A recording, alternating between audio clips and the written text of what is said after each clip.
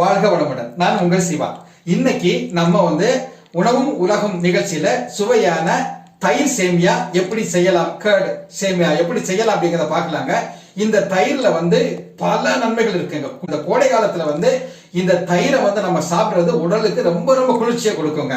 உயர் ரத்த அழுத்தம் உள்ளவங்க அதை குறைக்கிறதுக்கு இந்த தயிர் நம்ம அடிக்கடி சேர்த்துக்கணும். இதயம் சம்பந்தப்பட்ட பிரச்சனைகள் வராது, வயிறு சம்பந்தப்பட்ட பிரச்சனைகள், அந்த ஜீரண மண்டலம் ரொம்ப அருமையா செயல்படும், நோய் எதிர்ப்பு சக்தி சொல்லிட்டே போலாங்க. வாங்க இந்த இவ்வளவு நன்மைகள் கொண்ட இந்த தயிர் சேமியா நம்ம எப்படி செய்யலாம் அப்படிங்கிறத பார்க்கலாங்க. வாங்க பாருங்க. நம்ம சுவையான இந்த தயிர் சேமியா செய்யறதுக்கு முதல்ல நான் ஒரு 1.5 கப்பு நான் சேமியா எடுத்துருக்கிறேன். அதுக்கு என்ன பண்ணணும்னா 3 கப்பு தண்ணியை இப்போ நான் அடுப்பில் கொதிக்க வச்சுருக்கேங்க. ஏன்னா இந்த தண்ணி கொதிச்ச உடனே சேமியாவை நம்ம போடணும். முதல்ல தண்ணி கொதிக்கட்டுங்க. பாருங்க, தண்ணி நல்லா கொதிச்சிருச்சு. இப்போ நான் தீய சிம்மில் தான் வச்சுருக்கிறேன். தீய சிம்மில் வச்சுட்டு இப்போ இந்த 1.5 கப்பு சேமியா இருக்குல்ல, அதை நம்ம உள்ளே அப்படியே போட்டு ஒரு 2 நிமிஷம் தீய சிம்மில் வச்சு மூடி வச்சுருவோங்க. 2 நிமிஷம் ஆயிடுச்சு. இப்போ நான் என்ன பண்ணேன்னா தீயை அப்படியே அணைச்சி வச்சுருந்தேன். அணைச்சி பாருங்க, நல்ல சேமியா அப்படியே வேகுது. இப்படி ஒரு 2 நிமிஷம் திரும்பவும் அப்படியே மூடி வச்சுருங்க. இப்போ நான் என்னென்னா தண்ணியை வடிகட்டி எடுத்துருந்தேங்க. ஏன்னா சேமியா நல்லா வெந்திருக்குது. இப்போ நான் என்ன பண்ணுறேன்னா தண்ணியை நல்லா வடிகட்டி அப்படியே எடுத்துருந்தேன். பாருங்க, இப்போ சேமியா நல்லா வெந்திருக்குது. ஆனால் ஃபர்தராக வேகாமல் இருக்கிறதுக்கு கொஞ்சம் பத்து தண்ணியை நம்ம மேலே ஊற்றி விட்டுறணுங்க. அப்படின்னா ஃபர்தராக வேகாது, தேறி நாளகாட்டு பக்குவமாக நமக்கு வருங்க. பாருங்க, இப்போ 3 கப்பு நான் தயிர் எடுத்துருக்கிறேன். 1.5 கப்பு சேமியாக்க 3 கப்பு தயிர் எடுத்துருக்கிறேன். இது இப்படி கொஞ்சம் நல்லா இந்த கட்டி ஏதாவது இல்லாமல் நல்லா அழகாக கலக்கணுங்க. இப்படி வடிகட்டி அழகாக வச்சிருக்கக்கூடிய சேமியாவை இப்போ நம்ம இதில் போடுவோம். இப்போ கொஞ்சம் உப்பு நம்ம சேர்த்துக்கலாம். உப்பு சேர்த்து லேசாக கிளறி விட்டுருவாங்க. பாருங்கள், அழகாக உதிரி உதிரியாக வருது பார்த்தீங்களா? இதுக்காக தான் நம்ம கொஞ்சம் தண்ணி சேர்ப்போம். ஏன்னா பச்சை தண்ணி சேர்க்கறது அதில் நம்ம தொளிச்சு விட்றது தேராமல் இருக்குது, பழையபடியாக நல்லா வெந்துடாமல் இருக்கிறதுக்கு. இப்போ பாருங்கள், ரெடி ஆகிடுச்சு. இப்போ நம்ம என்ன பண்ணுறோம்னு சொன்னால், இங்கே பாருங்கள், கலக்கி வச்சுருக்கோங்களா தயிர், இந்த தயிரை நம்ம இதில் விடுவாங்க. 3 கப்பு நம்ம தயிர் எடுத்துருக்கோம். இந்த 3 கப்பு தயிரை அதில் விடுவோம். 3 கப்பு தயிர் விட்டுட்டு லேசாக மெதுவாக நம்ம கலக்கணுங்க. மெதுவாக ரொம்ப ஸ்பீடாக கலக்கக்கூடாது, மெதுவாக லேசாக கிளறி விட்டுக்கணுங்க. இது நம்ம உடலுக்கு குளிர்ச்சி, ரொம்ப குளிர்ச்சி தரக்கூடியது தயிர் சேமியா, அதாவது கர்ட் சேமியா அப்படின்னு நம்ம சொல்லுவோம். இது ரொம்ப ரொம்ப இந்த கோடை காலத்தில் இது ரொம்ப ரொம்ப நல்லதுங்க உடம்புக்கு. வாரத்துக்கு ஒரு 2 நாள் இப்படி நீங்கள் செய்து சாப்பிட்டீங்கன்னா ரொம்ப ரொம்ப அழகாக அருமையாக டேஸ்டியாக இருக்குங்க. இப்போ நம்ம ஒரு அரை கிளாஸ் பாலும் இது கூட நம்ம விடுவாங்க.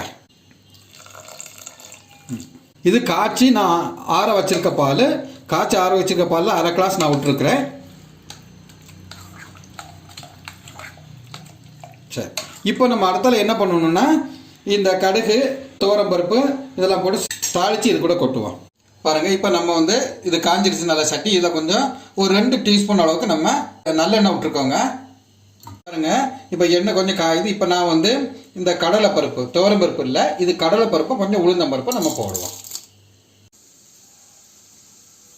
இந்த கடலைப்பருப்பு உளுந்தம்பருப்பும் கொஞ்சம் நல்லா காயட்டுங்க. இப்போ நம்ம கொஞ்சம் கடுகையும் போடுவோங்க. அது கூட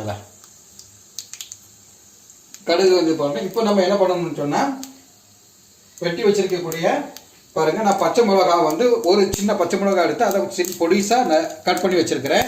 அதையும் நம்ம போடுவோங்க. அதுக்கப்புறம் பாருங்கள், இஞ்சியை சின்னதாக இப்படி நான் வெட்டி வச்சுருக்கிறேன். அதையும் நம்ம போடுவோம். பருப்போம் நம்ம உலர் திராட்சையும் நம்ம போட்டு கொஞ்சம் அப்படியே லேசாக வதக்கணுங்க. இந்த உலர் திராட்சை அப்படி கொஞ்சம் ஊதி வரும், பலூன் மாதிரி லேசாக அப்படி நல்லா ஊதி வரும். அந்த ஸ்டேஜ் வரைக்கும் நம்ம லேசாக வதக்கணுங்க. உலர் திராட்சை அழகாக ஊதி வந்துடுச்சு. இப்போ நம்ம என்ன பண்ணுறோம்னா கருவேப்பிலையை போட்டு, கருவேப்பிலை போட்டோன்னே தீயை நம்ம ஆஃப் பண்ணியிருந்தீங்கன்னா கருவேப்பிலையை போட்டு லேசாக கிளறி விட்டுருப்போம். இப்போ இதை அப்படியே அந்த நம்ம தயிருக்கு சேமியா இருக்குல்ல, அது கூட போட்டுருவோம். பாருங்க, இப்போ நம்ம இந்த தாளிச்சது இதில் கொட்டி கிளறிடுவாங்க.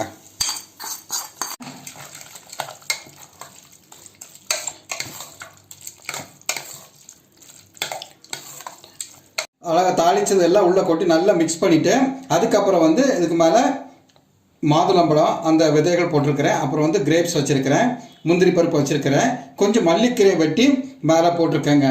இது நீங்கள் வந்து ஒரு 10 நிமிஷம் இல்லை 15 நிமிஷம் வந்து ஃப்ரிட்ஜில் வச்சுட்டு கூலாக கூட நீங்கள் சாப்பிட்டுக்கலாம் உங்கள் தேவைக்கேற்ப. இல்லை கூலிங் வேண்டாம் அப்படின்னு சொன்னால் இப்போவுமே நீங்கள் வந்து இதை நேரடியாகவே நம்ம சாப்பிட்டுக்கலாம்.